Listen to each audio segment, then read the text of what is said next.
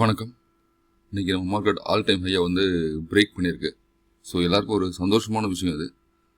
ஆனாலும் வந்து நிறைய பேருக்கு வந்து இதில் சந்தோஷம் வந்து பெருசாக வந்து முகத்தில் வந்து பார்க்க முடியல. அதுக்கு காரணம் என்ன அப்படின்னா, நிறைய பங்குகள் வந்து ஏற்றம் இல்லாமல் இருக்குது அப்படின்ற வருத்தம் வந்து எல்லாருக்குமே இருக்குது.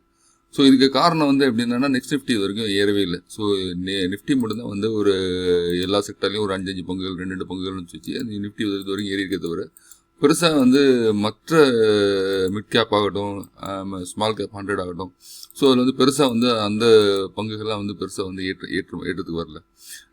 நிஃப்டியோட இன்றைக்கி இது பார்த்தோம் அப்படின்னா கேப் அப் ஓப்பனாக இருந்தது ஒரு 55 பாயிண்ட்டு. ஸோ அதுலேருந்து ஹை பார்த்திங்கன்னா 26,310 வரைக்கும் போயிட்டு அதுக்கு பிறகு வந்து அங்கே சஸ்டெயின் ஆக முடியாமல் திரும்ப வந்து ரிட்டர்ன் வந்தது. லோ வந்து 26,141 இதுவாச்சு. அதே மாதிரி க்ளோசிங் வந்து பார்த்தோம் அப்படின்னா 26,215 அப்படின்னு வந்து க்ளோஸ் ஆகிருக்கு. ஸோ இது வந்து நல்ல ஒரு தொடக்கம்னு சொல்லலாம். இன்றைக்கி வந்து அந்த மார்க்கெட் வந்து சில பேர் வந்து சார் இன்றைக்கி வந்து இறக்கத்தை முடிஞ்சிருக்கு அப்படின்றது அதுலேயும் ஒரு வருத்தம் இருக்குது.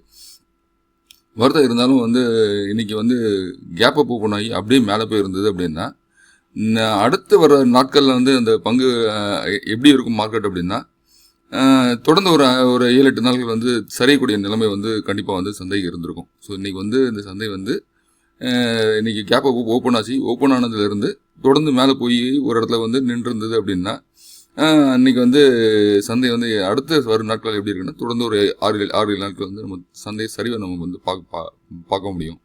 இன்றைக்கி வந்து அப்படி நடக்கலை. ஆனால் அது வந்து ஒரு தவிர்க்கப்பட்டிருக்கு அப்படின்னு சொல்லலாம். இன்றைக்கி சந்தை வந்து நல்லா மேலே போயிடுச்சு. திரும்ப வந்து லோ வந்து 26,141 அப்படின்ற நேற்றோட ஹையோட இன்றைக்கி கீழே இறங்கியிருக்கு. நம்ம கேண்டல் பார்க்கலாம். ஓகே. ஸோ நேற்றோட அந்த விக் வந்து கீழே வந்துட்டு திரும்ப வந்து நேற்றோட ஹையை விட மேலே க்ளோஸ் ஆகிருக்குன்றது ஒரு இது. இந்த மாதிரி அதே நான் சொன்ன மாதிரியே வந்து எப்படின்னா, தொடர்ந்து மேலே ஏற்றம் இருந்து க்ளோஸ் ஆகிருந்தது அப்படின்னா எப்படி முடிஞ்சிருக்கும் அப்படின்னு சொல்லி பார்த்தோன்னா, இந்த ஒரு கேண்டில் ஃபார்ம் ஆகிருக்கும். பார்த்தீங்கன்னா இந்த மாதிரி கேண்டில் ஃபார்ம் ஆகிருக்கும். தொடர்ந்து அப்புறம் அங்கேருந்து ஒரு 7-8 நாட்கள் தொடர்ந்து சரிவு சந்திச்சிருக்கும். கிட்டத்தட்ட வந்து இந்த லோ வந்து டச் பண்ணுறதுக்கு வாய்ப்புகள் இருக்கும். இந்த 25,840 அப்படின்றது வந்து டச் பண்ணுறதுக்கு திரும்ப வந்து வாய்ப்புகள் கொடுத்துருக்கோம். ஆனால் இப்போ வந்து அந்த இதை வந்து இன்றைக்கி வந்து ட்ரேடிங் வந்து தவிர்த்திருக்கு அப்படின்னு சொல்லலாம். இது வந்து நாளைக்கு அடுத்து வரும் நாட்களுக்கு வந்து இந்த மூவ் வந்து கொஞ்சம் நல்லாயிருக்கும். 26,400 வரைக்கும் போகக்கூடிய வாய்ப்பு. 26,395 அடுத்த ரெசிஸ்டன்ஸாக செயல்படும் தோணுது. 26,400 வரைக்கும் போயிட்டு திரும்ப வந்து ரீடெஸ்ட் பண்ணுறதுக்கு வரலாம் நிஃப்டி. கண்டிப்பாக 25,880 வரைக்கும் திரும்ப ரீடெஸ்ட் நடந்தாலும் நடக்கக்கூடிய வாய்ப்புகள் உண்டு. 25,880 வந்து திரும்ப வந்து ரீடெஸ்ட் பண்ணிட்டு திரும்ப வந்து மேலே போகக்கூடிய வாய்ப்புகள் உண்டு. பிரமாதமாக இருக்குது.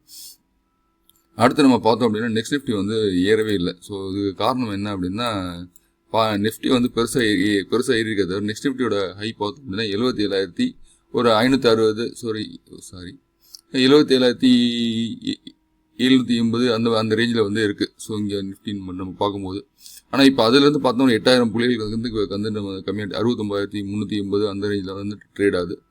ஸோ இப்போ நெக்ஸ்ட் நிஃப்டி பார்த்தோம் அப்படின்னா கிட்டத்தட்ட 69,070 கிட்ட க்ளோஸ் ஆகிருக்கு. இன்றைக்கி வந்து பெருசாக ஏற்றமே இல்லை. -120 புள்ளிகள் வந்து இன்றைக்கி வந்து இறக்கத்தில் வந்து ட்ரேட் ஆகிருக்கு. பார்த்தோம் அப்படின்னா கிட்டத்தட்ட லோ வந்து 68,858, ஹை வந்து பார்த்தீங்கன்னா 69,408, ஓப்பன் வந்து 69,409. அதே பேங்க் நிஃப்டின்னு ஒரு பெருசாக ஏற்றம் இல்லை.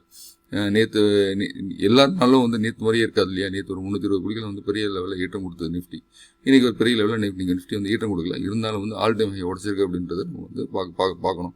இந்த ஆல் டைம் உடச்ச கையோட வந்து நம்ம நிஃப்டி எடுத்துக்கிட்டோம் அப்படின்னா, ஸோ 27/9/2024 பிறகு இன்றைக்கி தான் வந்து இந்த ஆல் டைம் ஹையை வந்து உடச்சிருக்கு. 27/11/2025 வந்து ஆல் டைம் ஹையை உடச்சிருக்கு. கிட்டத்தட்ட இதுக்கு எடுத்துக்கிட்ட நாட்கள்னு சொல்லி பார்த்தோன்னா 289 ட்ரேடிங் டேஸ் வந்து எடுத்திருக்கு இந்த ஆல் டைம் ஹையை பிரேக் பண்ணுறதுக்கு. ஸோ கன்சாலிடேஷனை ஒரு வருஷம் கிட்டத்தட்ட வந்து இந்த ஆல் டைம் ஹை உடைக்கிறதுக்கு கன்சாலிடேட் ஆகிருக்கு அப்படின்னு சொல்லலாம்.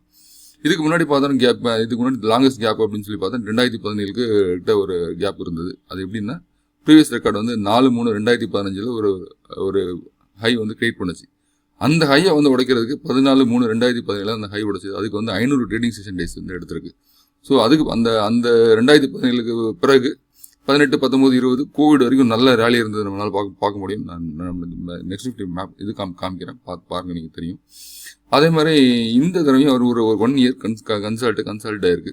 ஸோ அடுத்து வரும் நாட்களில் நம்மளுடைய சந்தை வந்து பெரிய லெவலில் வந்து போகிறதுக்கூடிய வாய்ப்புகள் இருக்குது அப்படின்னு நம்மளால் பார்க்க முடியும்.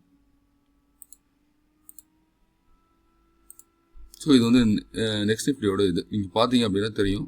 நவம்பர் 2023 கண்டினியூஸான ஒரு ஏற்றம் 2024 செப்டம்பர் வரைக்கும். ஸோ இது மிட் கேப்புக்கும் ஸ்மால் கேப்புக்கும் இந்த ஏற்றம் வந்து கண்டினியூஸாக ஏற்றம் இருந்ததுனால தான் அவ்வளோ தூரம் வந்து நம்ம mid cap and small cap அங்கே வந்து பெரிய அளவில் ஏற்றம் இருந்தது.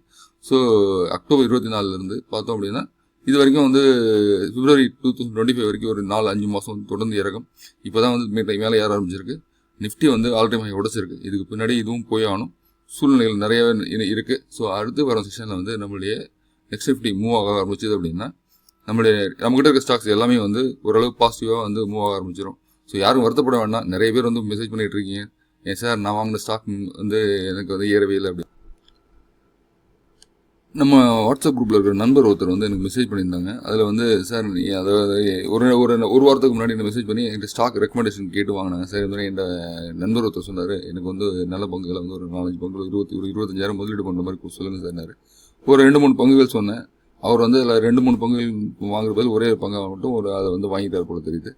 அவருக்கு சார் நான் ஒரு 4 நாளுக்கு முன்னாடி நீங்கள் சொன்னீங்கன்னு சொல்லி ஒரு ஸ்டாக் ஒன்று வாங்கினேன்.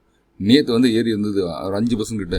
இன்றைக்கி சார் நீங்கள் எனக்கு 5% ஏறி 3% கீழே விழுந்துருச்சு சார். இன்றைக்கி டெய்லி வந்து விற்க முடியாதா பங்குகளை அப்படின்னு சொல்லி கேட்டார். டெய்லி என் நண்பர் வந்து டெய்லி ஒரு 1000 வருமானம் வரும் அப்படின்னு சொல்லி சொன்னார். ஏன்னா இதில் வந்து நீங்கள் நேற்று வந்து 25,000 முதலீடு பண்ணியிருந்தேன். நேற்று வந்து கிட்டத்தட்ட ஒரு 3% 4% ஏறி இருந்தது. ஆனால் சந்தை முடிவில் இருந்தது இன்னைக்கு பார்த்தோம் அப்படின்னா இன்றைக்கி அது அந்த இதுவே இல்லை சார் அப்படின்னு சொல்லி சொன்னார். இன்றைக்கி அந்த வாங்கின ஸ்டாக்கோட பேர் வந்து நான் ரெக்கமெண்ட் பண்ண ஸ்டாக்கோட பேர் வந்து பிஜி எலக்ட்ரோப்ளஸ் சொல்லியிருந்தேன். பிஜியில் தான் இப்போ லேட்டஸ்ட்டாக வந்து பிரேக் அவுட் ஆச்சு இல்லையா அந்த ஸ்டாக். ஸோ 585-88 வந்து 594 ரூபாய்க்கு சொல்லியிருந்தேன். அவர் வாங்கி 593 ரூபாய்க்கு வாங்கிட்டு போது நேற்று 604 ரூபாய்க்கு நம்ம போயிருந்தது. 606 வரை போயிட்டு திரும்ப வந்து இன்றைக்கி வந்து மார்க்கெட்டோட இறக்கத்தில் இன்றைக்கி கெயின்ஸ் டிக்ஸன் இதெல்லாமே இறங்கி இருந்தது. அது கூட பிஜியெல்லாம் கிட்டத்தட்ட ஒரு 3% கிட்ட இன்றைக்கி இறங்கி நம்ம நல்லா பார்க்க முடிஞ்சுது. அந்த 3% இறக்கத்தில் இவரோட பங்கு ஏறலை அப்படின்ற வருஷத்தில் எனக்கு கேட்டார், சார் என்ன சார் நம்ம இது வாங்கின பங்கு நேற்று ஏறவே இல்லை எனக்கு அப்படின்னு சொல்லி கேட்டார். சார் நீங்கள் வந்து ஒரு ஸ்டாக் தான் வாங்கியிருக்கீங்க, கொஞ்சம் பொறுமையாக இருங்க, மார்க்கெட்டில் ஏற்றம் இருக்க தான் செய்யும். இந்த அடுத்த ஒரு வாரத்தில் வந்து மார்க்கெட் வந்து ஏறும்போது mid cap and small cap எதுவுமே ஏறும்போது இந்த பங்கும் ஏறும் சார் அப்படின்னு சொல்லி சொன்னேன் அவர்கிட்ட. அப்படியா சார் அப்படின்னு சொல்லி கேட்டார். ஆமாம் சார் டெய்லி 1000 வருமானம் வரும்னு சொல்லி சொன்னார் சார் என் ஃப்ரெண்டு. ஆனால் நேற்று வாங்கினது இறங்கி இன்றைக்கி எப்படி சார் 1000 வருமானம் பார்க்க முடியும் அப்படின்னு. சரி இதில் அப்படிலாம் வந்து டெய்லி 1000 வருமானம் பார்க்கணுன்றதுல அந்த சந்தை வந்து சரிப்பட்டு வராது. நீங்கள் வந்து நீங்கள் எப்படி எதிர்பார்க்குறீங்க அப்படின்னா சந்தையில் வந்து நீங்கள் வந்து 25,000 வட்டி கொடுத்த மாதிரி எதிர்பார்க்குறீங்க. வட்டி கொடுத்துருக்கீங்க. அந்த வட்டி எனக்கு டெய்லி எனக்கு 1000 வரணும் அப்படின்னா சந்தை கொடுக்குமா? கொடுக்காது. மார்க்கெட் கொடுக்காது. நீங்கள் வந்து இன்ட்ரெஸ்ட் கொடுத்துரு, அதாவது எல்லாரும் வந்து இந்த மார்க்கெட் இன்ட்ரெஸ்ட் கொடுத்துவாங்க, ஸ்பீட் வட்டி, மீட்டர் வட்டி, எக்ஸ்பிரஸ் வட்டின்லாம் சொல்லி அது மாதிரி அவர் அந்த மாதிரி இந்த சந்தைக்கு வட்டிக்கு கொடுத்து கேட்டவான் டெய்லி எனக்கு 1000 ரூபா நீங்கள் சந்தை கொடுக்கல அப்படின்னு சந்தை எப்படி கொடுக்கணும்? மார்க்கெட் வந்து ஏற்றம் இறக்கிறதுக்கு உரியது. அது டெய்லி ஒரு நாள் ஏற்றம் இருக்கும், ஒரு நாள் இறக்கம் இருக்கும், இல்லை கண்டினியூஸாக 2-3 நாள் இறக்கம் இருக்கும். நம்ம வந்து பிப்ரவரிலாம் பார்த்தோம். கடந்த பிப்ரவரி இதெல்லாம் பார்த்தீங்கன்னா தொடர்ந்து வந்து ஒரு 20-25 நாள் மார்க்கெட்டுக்கு இறங்கினதெல்லாம் நம்மளால பார்க்க முடிஞ்சுது. அப்படிலாம் அந்த மாதிரி இறக்கத்தை பார்க்கல போல தெரியுது மார்க்கெட்டில். அவர் உடனே கேட்டார், சார் அப்படின்னாரு. ஆமாம் சார் கொஞ்சம் வெயிட் பண்ணுங்கள், மார்க்கெட் ஏறினா தான் ஏறும். அதே மாதிரி ஒரு பங்கு வாங்கினீங்கன்னா ஒரு 30 நாளாவது அந்த பங்கு கையில் வச்சுருந்தா தான் அந்த மார்க்கெட்டில் வந்து ஸ்டாக்கில் வந்து ஒரு 10-15% ரிட்டர்ன் பார்க்க முடியும். நீங்கள் எதிர்பார்க்குற மாதிரிலாம் இது பண்ணால் இன்ட்ரெஸ்ட்லாம் மார்க்கெட் கொடுக்காது.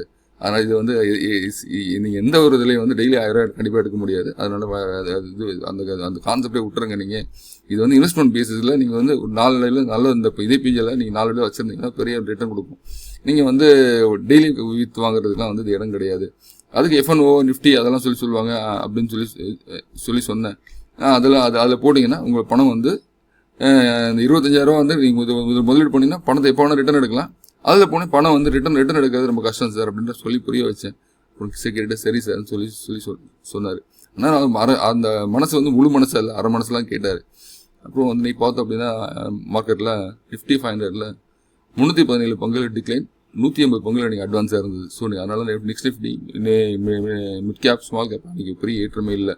காரணம் அதனால Ashok Leyland, Reliance infra, GMDC நேற்று அந்த GMDC அந்த ரேர் ஹெல்த் எலமெண்ட்ஸில் நேற்று வந்து இந்த 8,000 கோடி கிட்ட வந்து கவர்மெண்ட் வந்து அலோகேட் பண்ணது. இன்றைக்கி வந்து இந்த ரேர் ஹெல்த் சம்மந்தப்பட்ட ஸ்டாக்குகள்லாம் இன்றைக்கி வந்து வெளிப்படையான ஸ்டாக். அது இல்லாமல் வந்து செக்டர் வைஸ் இல்லாமல் வந்து மறைமுகமான ஆதாயம் படப்பட்ட ஸ்டாக் எல்லாம் இன்னைக்கு ஏறி இருந்தது. அதில் ஜிஎம்டிசி ஒன்று, அப்புறம் சோனா கம்ஸ், பாரத் ஃபுட்ஸ், இந்த மாதிரி பங்குகள்லாம் வந்து இதில் வந்து, அப்புறம் நெய்வேலி லிக்னைட் கார்பரேஷன், இந்த மாதிரி பங்குகள்லாம் வந்து இன்றைக்கி கொஞ்சம் சின்ன சின்ன ஏற்றம் இருந்தது, பார்க்க முடிஞ்சுது. ஸோ அது இன்றைக்கி நிஃப்டி 500 ஏறதுக்கு காரணம் எனக்கு வந்து நெக்ஸ்ட் நிஃப்டி ஏறவே இல்லை இன்றைக்கி. காரணம் இதுதான். அதே மாதிரி செக்டர் பெர்ஃபார்மன்ஸ் பார்த்தோம் அப்படின்னா பெரிய லெவலில் எந்த ஒரு செக்டர் பெர்ஃபார்மன்ஸும் இல்லை இன்றைக்கி. எல்லாமே வந்து மீடியா அண்ட் என்டர்டெயின்மெண்ட் மட்டும் தான் புள்ளி 84%.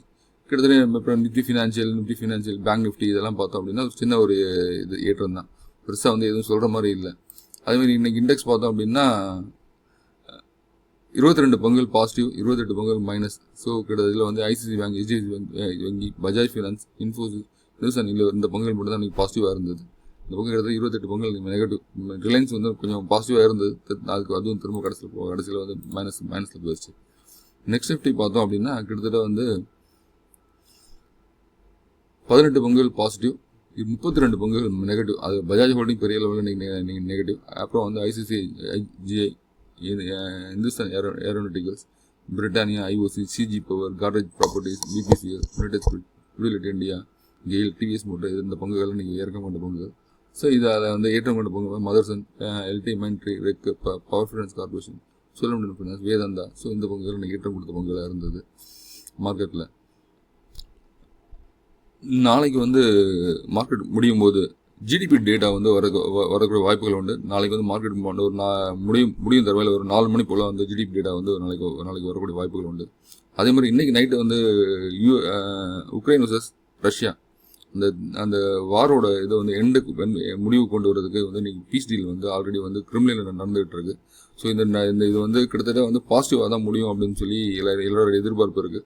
அப்படி முடிஞ்சது அப்படின்னா கிட்டத்தட்ட வந்து ட்ரம்ப்பை மீட் பண்ணி இதுக்கான டீல் சைன் பண்ணக்கூடிய வாய்ப்புகள் உண்டு.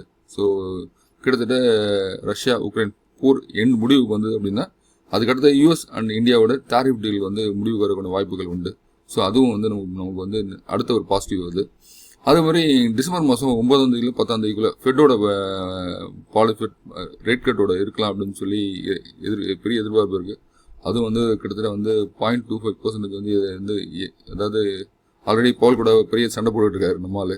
ஸோ அதனால் வந்து 0.25% கண்டிப்பாக வந்து இறக்கக்கூடிய வாய்ப்புகள் உண்டு அப்படின்னு சொல்லி இது இருக்குது. அது நடந்தது அப்படின்னா நம்ம மார்க்கெட்டில் ஐடி ஸ்டாக்ஸ் இதெல்லாம் வந்து ஏற்றம் கொடுக்கக்கூடிய வாய்ப்புகள் உண்டு. ஸோ பார்க்கலாம். அதே தொடர்ந்து நம்ம மார்க்கெட்லேயும் வந்து ரேட் கட் வரக்கூடிய வாய்ப்புகளும் உண்டு. ஸோ அதுக்கடுத்து வந்து டிசம்பர் 1ஆம் தேதியில் வந்து ஜூன் 31 வரைக்கும் வின்டர்ஸ், அதாவது மழைக்கால கூட்டத்தோடு வந்து நடக்க போகுது. அதில் வந்து இன்சூரன்ஸ்க்கான பாலிசி இதெல்லாம் வந்து ஆல்ரெடி வந்து இதில் பேசிகிட்டு இருக்காங்க. ஸோ அதெல்லாம் வந்து வரும்போது மார்க்கெட் வந்து பாசிட்டிவ் சென்டிமெண்ட்டுக்கு போகக்கூடிய வாய்ப்புகள் உண்டு.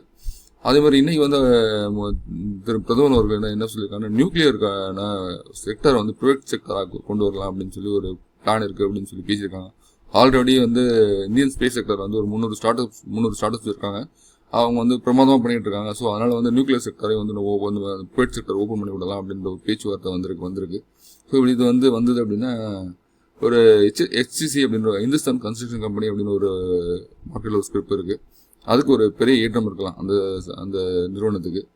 ஸோ இதெல்லாம் கவனிக்கக்கூடிய விஷயங்கள். மார்க்கெட் வந்து கண்டிப்பாக வந்து நாளைக்கு வர ரேட் கட் வந்து ஜிடிபி டேட்டா வந்து நமக்கு பாசிட்டிவாக இருக்கக்கூடிய வாய்ப்புகள் உண்டு.